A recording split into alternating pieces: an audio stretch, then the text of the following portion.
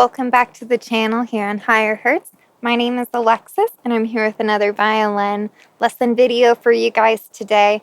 Today we're going to be talking about vibrato. So vibrato, if you're not familiar with, is this hand, arm, or finger motion that sounds something like this. So vibrato on the violin is meant to mimic singing. So if you've ever heard an opera singer or just someone maybe just singing normally, you'll hear a bit of a wobble in their voice. Ah, that sort of thing.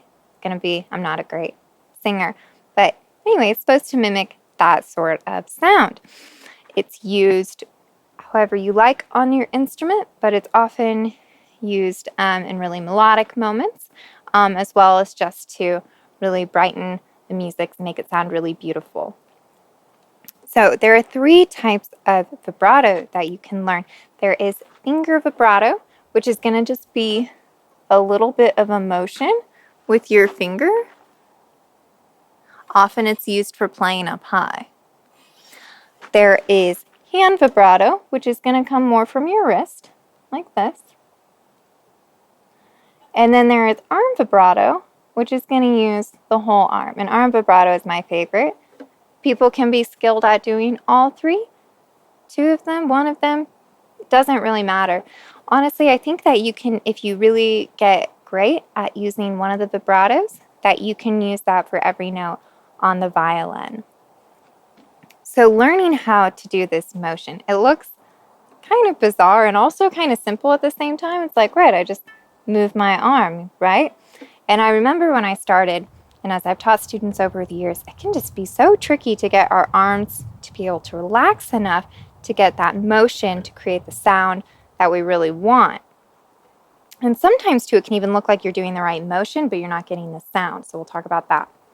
So vibrato is going to be, you are rocking back and forth on the string. Now, I'm not sure how much you can tell from my fingers here, but there are lines that go over each of my fingers, and you can see where rock back and forth. So you're going from kind of the tip of your finger, and you're bringing your finger back. So you're going from this kind of R shape, and we're relaxing the finger open. So once you've set your finger, I would just do some practice runs of set and rocking the finger back and forth and practicing this for each finger on every string. Once you start to get the hang of just how that feels, maybe having some practicing in front of a mirror or maybe recording it so that you'll be able to watch it,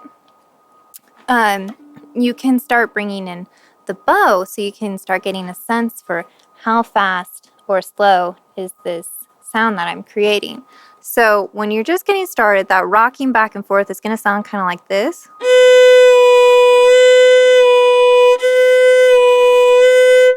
So it's not quite what we're actually looking for yet. That'll come from speeding up.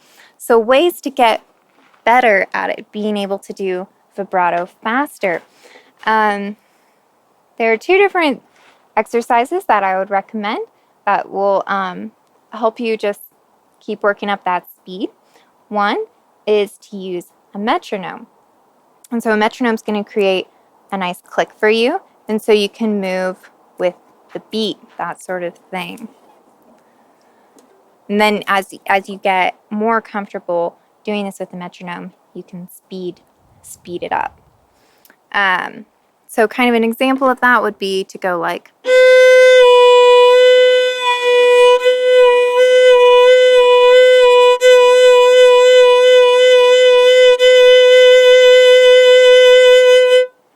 and then you can do that for every finger on every string.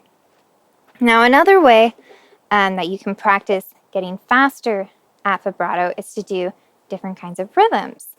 So you can do you could do like a slow, fast sort of variation. And then you could do it the opposite way. And then you can start putting maybe 2 of those together. And then, 3, 4, that sort of thing. As you get more comfortable with doing those, then you can also practice going from one finger to the next and keeping those like vibrato motions going. So you could go from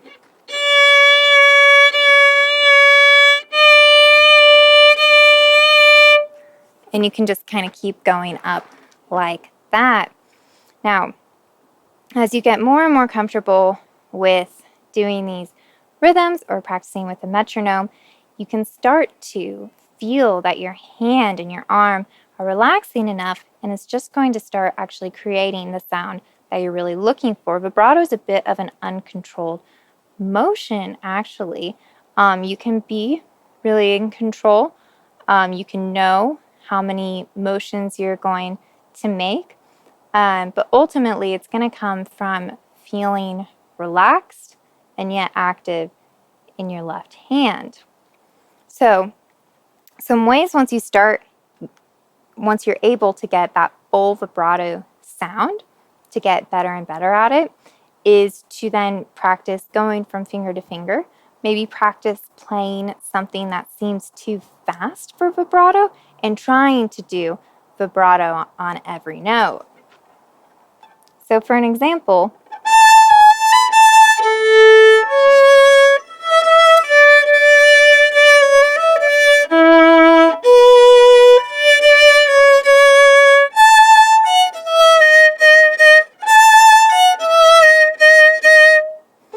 so you can use vibrato on every single note. It might seem like it's too fast, but it's going to be awesome practice for when you do want to use vibrato on really fast passages.